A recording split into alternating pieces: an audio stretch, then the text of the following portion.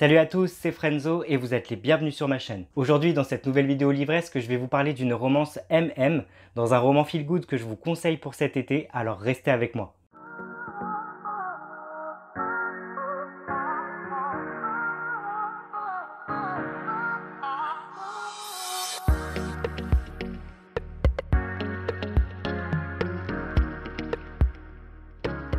Je t'attendrai de Billy Darren est donc le roman que je vous propose pour cet été. Il s'agit d'une romance MM comme je le disais en introduction de cette vidéo. Une romance MM, c'est une romance entre deux hommes et c'est un roman feel good, c'est-à-dire que vous allez passer un bon petit moment sans prise de tête. C'est vraiment parfait pour l'été, les vacances et les beaux jours. Mais avant de vous donner ma conclusion et de vous dire ce que j'en ai pensé, ce que j'ai aimé, etc., je vais vous donner un petit résumé sans divulgacher, histoire de vous donner envie. Petite information juste avant de commencer, je vous signale juste que l'autrice Billy Darren est très présente sur les réseaux sociaux, notamment Instagram.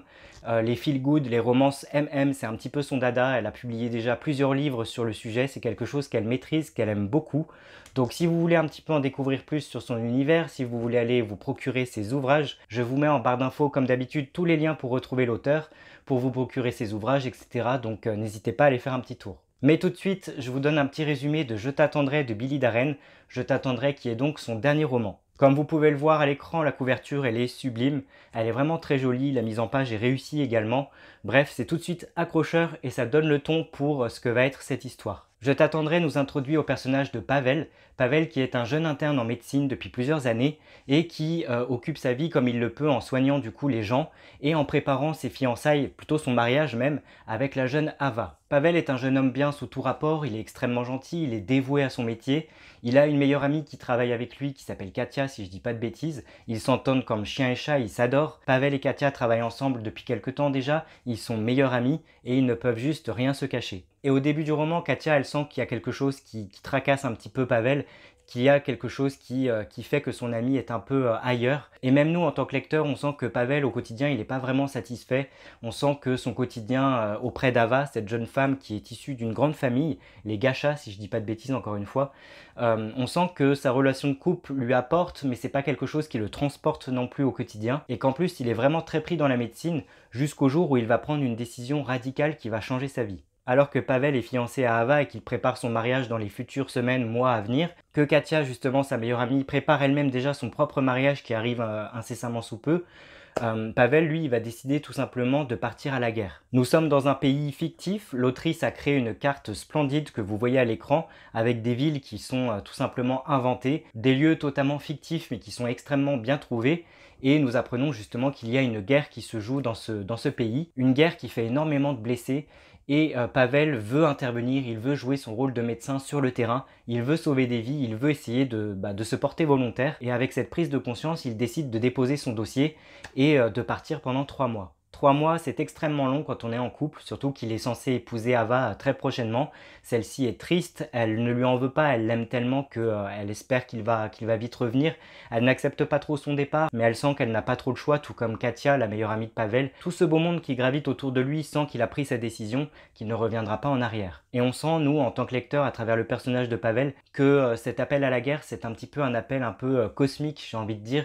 C'est-à-dire qu'il se sent appelé, Pavel, il sent qu'il doit y aller, que sa vie va prendre un tournant radical suite à ça. Il ne sait pas comment ni pourquoi, mais il le sait au plus profond de lui-même et on a hâte, nous, de voir ce que ça va donner et qu'est-ce qui va se passer exactement sur le terrain. Bref, le grand jour approche, Pavel se rend du coup en Omiran, un endroit fictif, hein, encore une fois, comme je le disais, mais il se rend là-bas du coup pour aider comme il le peut en tant que médecin. Il manque de médecins d'ailleurs là-bas pour pouvoir soigner et sauver les gens.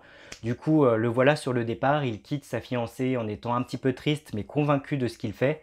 Et le voilà qui débarque dans un paysage totalement apocalyptique. Comme je le disais en intro de cette vidéo, on est dans une romance MM entre deux hommes, mais avant de nous introduire à cette histoire d'amour entre deux hommes, on se doute que Pavel va être le personnage principal de cette histoire, de cette romance. D'un point de vue lecteur, on nous intègre quand même dans un univers qui va à 1000 à l'heure. On est quand même en plein milieu d'une guerre, et donc il y a énormément de blessés, il y a énormément de combats, on a des personnes qui sont stressées. Tout de suite, quand le personnage de Pavel arrive en Omiran, c'est la guerre, mais encore une fois, on le voit par rapport aux explosions, on le voit par rapport aux gens qui meurent, par rapport au nombre de blessés qu'il est obligé de prendre en charge hyper rapidement. Il essaie aussi de se familiariser rapidement avec toute l'équipe médicale qui travaille déjà sur place, avec tous les soldats, etc. Lui, il n'est que civil.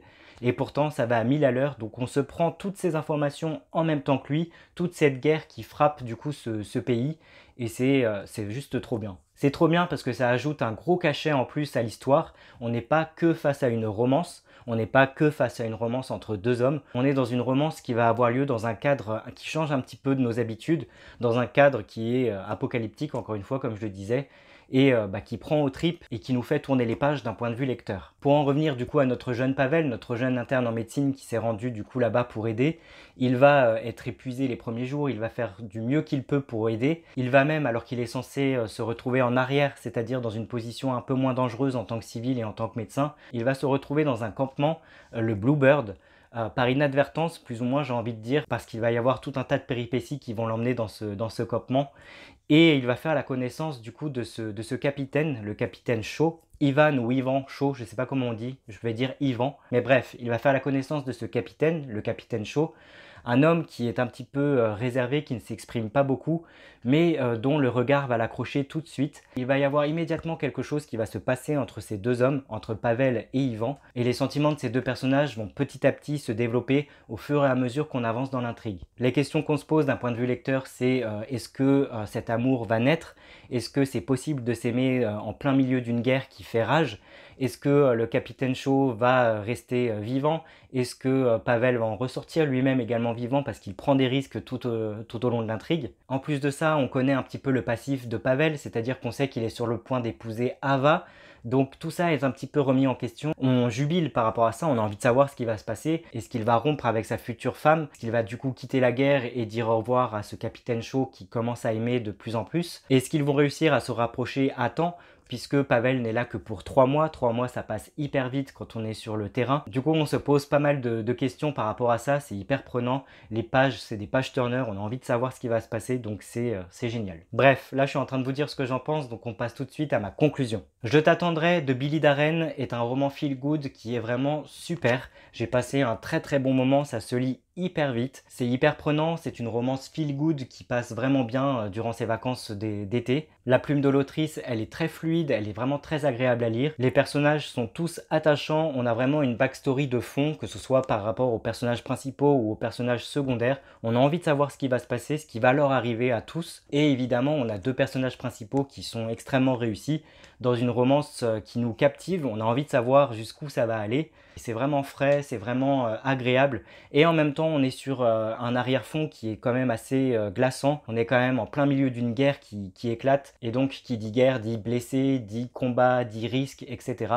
Donc, c'est vraiment bien amené, c'est vraiment bien écrit. Je me suis régalé. Si vous aimez la romance, si vous aimez les sujets forts, si vous aimez les romances entre hommes plus particulièrement, je pense que Je t'attendrai de Billy Darren est fait pour vous. Personnellement, ça faisait un petit moment que j'avais envie de lire cette autrice et je ne le regrette absolument pas. J'ai juste hâte de découvrir ses précédents livres et je vais suivre son actualité avec beaucoup d'intérêt parce que c'est une réussite. Et vous alors, est-ce que vous avez lu Je t'attendrai de Billy Darren? Si c'est le cas, n'hésitez pas à me le dire dans un petit commentaire en dessous de cette vidéo, de la liker si celle-ci vous a plu et évidemment de vous abonner à ma chaîne pour ne pas manquer mes autres critiques littéraires à venir. Je meurs de chaud. Et je dis pas ça uniquement pour le roman, mais parce que je suis sous les toits et qu'il fait très très chaud. Bref, n'hésitez pas à me dire ce que vous avez pensé de ce livre en commentaire ou si celui-ci vous intéresse. N'oubliez pas qu'en barre d'infos, vous avez tous les liens pour vous le procurer. Et moi, je vous donne rendez-vous du coup dans une prochaine vidéo livresque. Donc d'ici là, prenez bien soin de vous. Je vous dis à très bientôt. Ciao!